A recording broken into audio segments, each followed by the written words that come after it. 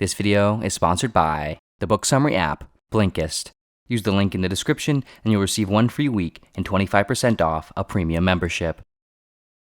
Deeply perplexed by the absurdities and troubles of existence, 19th century theologian and philosopher Søren Kierkegaard explored and wrote of profound new ideas that would ultimately challenge the way humanity thinks about philosophy, religion, and psychology.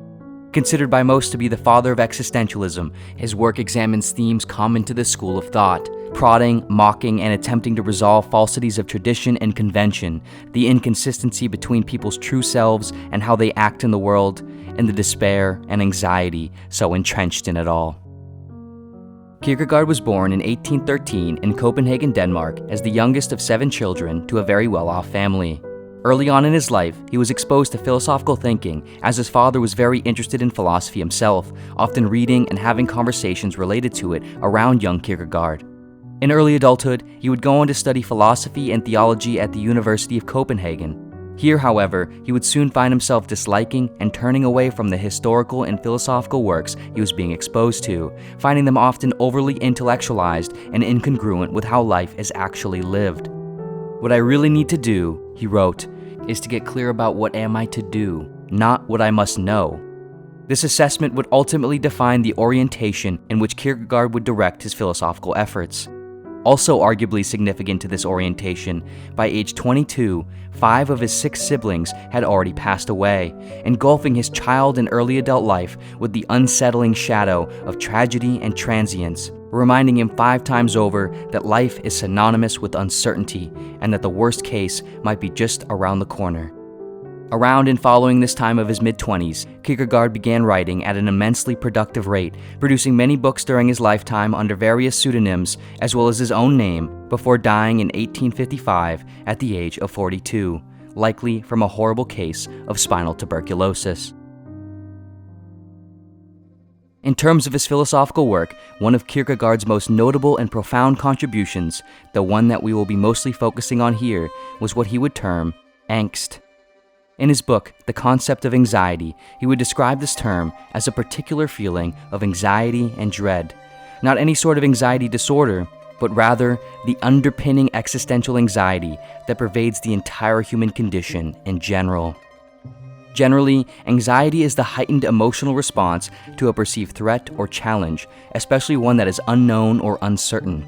And so, anxiety of this existential sort, which moving forward will just be referred to as anxiety, is the response to the threat, challenge, or fear of the unknown and uncertainty of existence as a whole.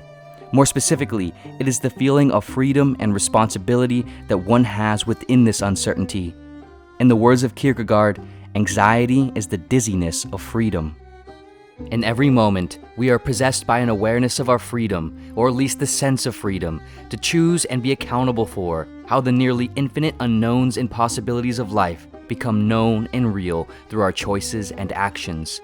But yet, we are given very little, if not none of the insights and information needed to do so properly. Worse yet, there is perhaps no way of ever truly making decisions correctly in the way we hope, even when we do make them so-called correctly. In large part, we are driven by our anxiety to make choices that will eliminate our anxiety, but arguably, if we have lived and thought long enough about this, we realize we have and will remain condemned to a life inescapably pervaded by at least some form of it. It is as if we are always at an intersection of the past and future, given a steering wheel, a dashboard of dials, and a kill switch, but not given a brake, an accelerator, a reverse gear, a map, or a navigation system. We are continually forced to drive through the world in this vehicle, but the world is covered in an immense thick fog. Naturally, we hope that in some directions, the ones we choose, the fog will clear, but it never does, not completely at least. Anyone who really knows mankind might say that there is not one single living human being who does not despair a little, who does not secretly harbor an unrest, an inner strife, a disharmony, an anxiety about an unknown something or something he dare not even try to know, an anxiety about some possibility in existence or an anxiety about himself, Kierkegaard wrote. Recognizing the inevitability of anxiety and dread, Kierkegaard sought to make sense and use of it. Despite how bleak everything might sound up until this point, he didn't believe anxiety was totally a bad thing.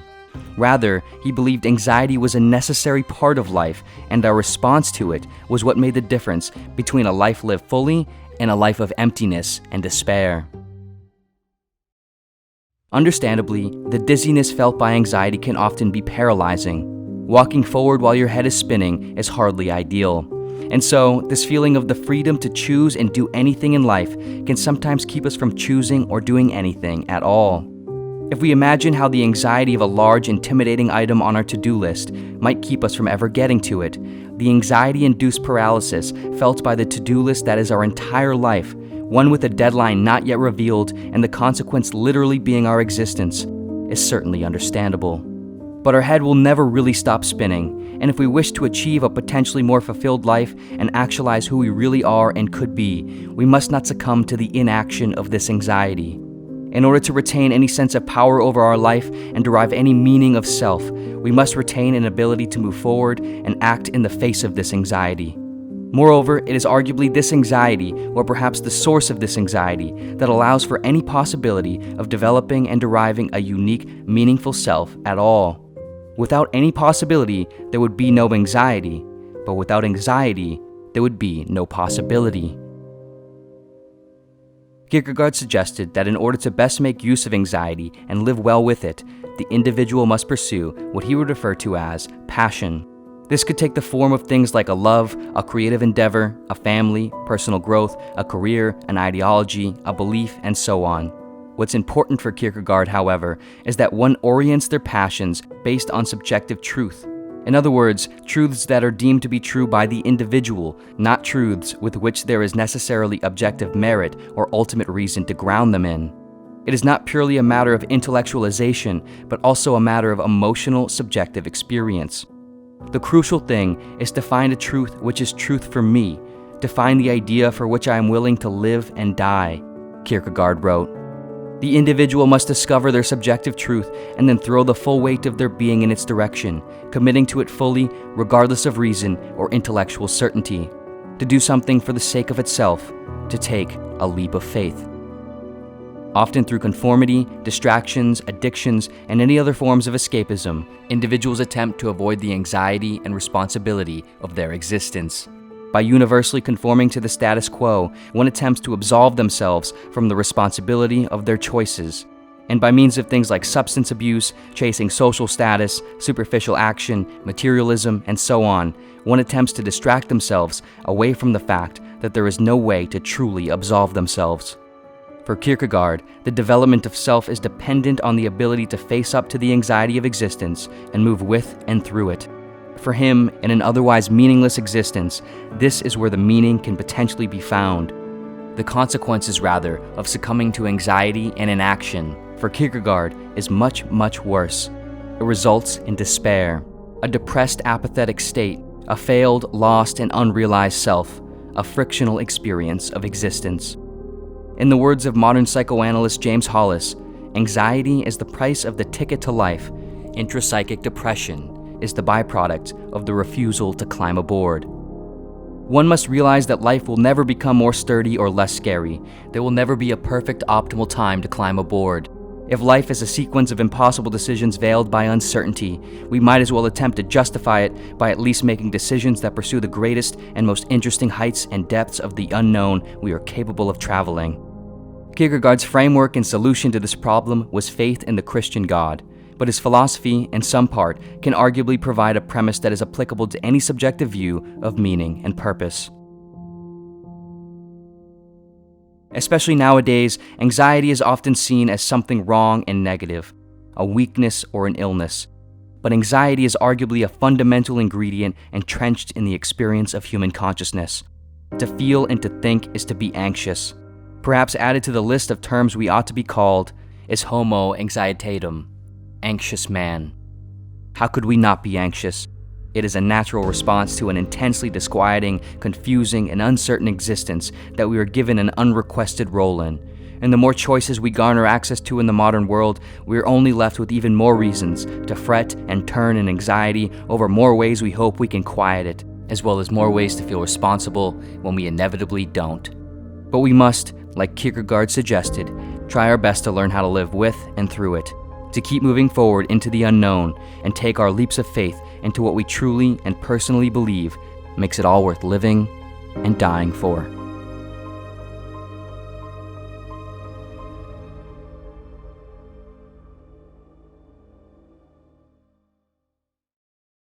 This video was sponsored by Blinkist. Savannah was a regular reader. She especially enjoyed learning about psychology and cognitive science. She read about a book every month on these subjects. One of her closest friends, Christine, also shared in this interest and routine with her. At 20 years old, however, Savannah was introduced to the book summary app, Blinkist, which condenses over 5,000 nonfiction books into around 15-minute summaries. Having some of her favorite books on psychology, like Outliers by Malcolm Gladwell, Why We Love by Helen Fisher, and The Social Animal by David Brooks, Savannah decided to give it a try. Right away, she was able to quickly refresh herself on key parts of her favorite books. Like in Outliers, she recalled how surprisingly significant her date of birth is in potentially affecting various opportunities and conditions of her life, how her self-beliefs and self-confidence, influenced by her upbringing and culture, can make or break her success in different subjects, and how she can better understand, forgive, and optimize her unique set of circumstances to orient herself toward success. Savannah was hooked, and she soon tried convincing Christine to try Blinkist as well. However, Christine was skeptical and a bit stubborn, so she never did. Over the following year, Christine learned from about 10 books. Savannah, however, using Blinkist, listened and read summaries during her downtime, her commute, while she did things around the house, and so on. And so, in the same year Christine read 10 books, Savannah learned from 327 different books on Blinkist and spent less time than Christine did, leaving her with enough additional time to still read 3.5 complete books. Not only that, but as time continued, while Christine remained stuck in mostly the same subjects, Savannah had time to explore the 27 categories Blinkist offers and discover that she also had a passion for history, economics, and personal finance, which all culminated into a more versatile career and daily life. If you're interested in making the same decision Savannah did, Blinkist is available for you as well. And if you use the link in the description, you'll receive 1 free week of unlimited access as well as 25% off a premium membership. The free 7-day trial can be canceled at any time within the trial period. And of course, thank you so much for watching in general, and see you next video.